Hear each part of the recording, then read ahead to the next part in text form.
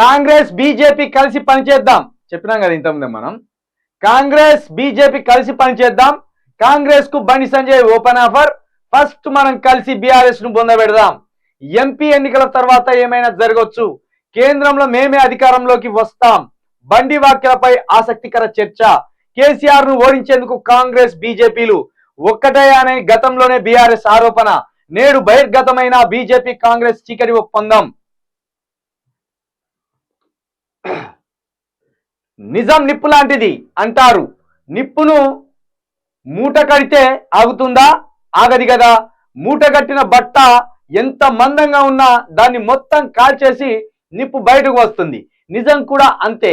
ఎంత దాయాలని ప్రయత్నించినా ఏదో ఒక రకంగా బయటకు వస్తుంది. బండారం మొత్తాన్ని బయట పెడుతుంది.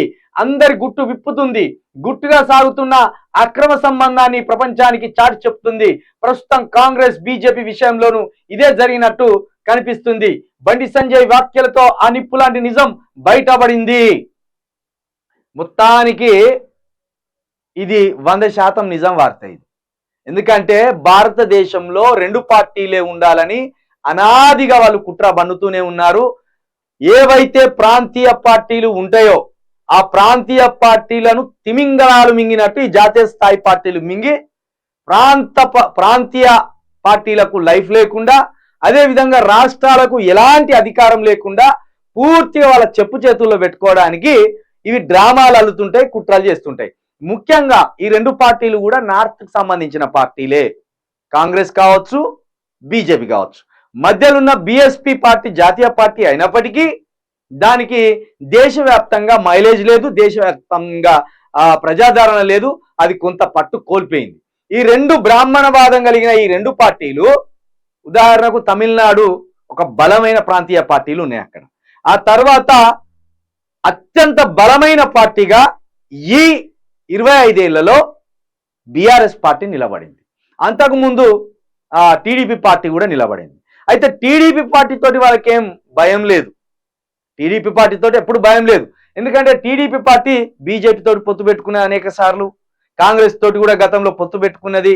కానీ టీఆర్ఎస్ పార్టీ అధికారంలోకి వచ్చిన తర్వాత అధికారికంగా ఎప్పుడు కానీ కాంగ్రెస్ తో కానీ బీజేపీతో కానీ పొత్తు పెట్టుకోలేదు.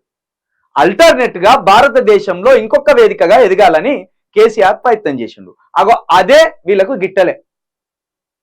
కేసీఆర్ చేసిన ఆ ఆలోచనే భారతదేశంలో కాంగ్రెస్ కాకపోతే బీజేపీ, బీజేపీ కాకపోతే కాంగ్రెస్, ఈ రెండే ఉండాలని అటు రాహుల్ గాంధీ కావచ్చు, ఇటు మోడీ కావచ్చు, బీజేపీ కావచ్చు ఎప్పుడైతే భావించిందో, రాజకీయంగా ఒక 40-42 సంవత్సరాల అనుభవం ఉన్న కేసీఆర్ ఈ భారతదేశానికి మరొక జాతీయ స్థాయి పార్టీని అందించాలని ఒక లక్ష్యంతో టిఆర్ఎస్ ని కాస్త బీఆర్ఎస్ గా మార్చింది. ఎప్పుడైతే బీఆర్ఎస్ గా మార్చి మహారాష్ట్రలో పర్యటన చేసిండో, అటు ఒరిస్సాలో పర్యటన చేసిండో, ఇది చిన్న చిన్నగా ఇట్టే విస్తరిస్తూ పోతే ఇటు కాంగ్రెస్ కావచ్చు, బీజేపీ కావచ్చు, ఈ రెండు పార్టీల్లో ఏదో ఒక పార్టీకి ప్రమాదం జరిగి రెండో ప్లేస్ ని బీఆర్ఎస్ పార్టీ ఆక్రమిస్తుంది అనే ఆలోచనతో ఈ రెండు పార్టీలు బీజేపీ, కాంగ్రెస్ గత కొన్నేళ్లుగా ఈ బీఆర్ఎస్ పార్టీని టార్గెట్ చేయడం, అదేవిధంగా కేసీఆర్ ని టార్గెట్ చేయడం జరుగుతుంది. తెలంగాణ ప్రజలారా మీ అందరికి చేతులెత్తి దండం పెట్టి మొక్కుతానా, బీఆర్ఎస్ పార్టీ ఉండవలసిందే తెలంగాణలో. కేసీఆర్ తెలంగాణలో ఉండవలసిందే. రేవంత్ రెడ్డి కావచ్చు, బండి సంజయ్ కావచ్చు, ఇంకొక వ్యక్తి కావచ్చు, వీళ్ళంతా ఢిల్లీ పార్టీలకు, గుజరాత్ పార్టీలకు తాబేదారులు, అంటే బానిసలు. ఓ విధంగా చెప్పాలంటే ఇక్కడి వార్తను అక్కడ చేరవేయడం, అక్కడి వార్తను ఇక్కడ చేరవేయడం, ఇక్కడి వరకే వీళ్ళ పని. వీళ్ళకు స్వతంత్రంగా నిర్ణయం తీసుకునేది కానీ, స్వతంత్రంగా వీళ్ళకి ఇచ్చేది కానీ వీళ్ళ దగ్గర అధికారం లేదు. బండి సంజయ్ అక్కడ చెప్తేనే పని చేస్తాడు, కిషన్ రెడ్డి వాళ్ళు చెప్తేనే పని చేస్తాడు, రేవంత్ రెడ్డి సోనియా గాంధీ పని చెప్తేనే, లేకపోతే రాహుల్ గాంధీ చేస్తేనే చెప్తారు. కాబట్టి రానున్న పార్లమెంట్ ఎన్నికలలో మీకు దండం పెట్టి మొక్కుతాన్నా, 16 ఎంపీ సీట్లలో అత్యధిక ఎంపీ సీట్లు తెలంగాణ బలంగా ఉండాలంటే బీఆర్ఎస్ పార్టీకే వేయండి. ఎందుకంటే ఇప్పుడు ప్రతిపక్షంలో ఉన్నది మరింత గట్టిగా కొట్లాడుతుంది.